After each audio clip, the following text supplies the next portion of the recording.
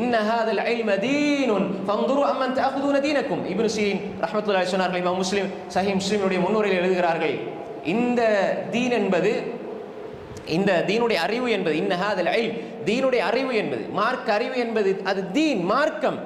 ஃபன்துரு அம்மன் தஅഖுதுன தீனக்கும், உங்களோட தீன மார்க்கத்தை நீங்க யார்கிட்ட இருந்து எடுக்கிறீங்க என்பதில் கவனமாக இருங்க.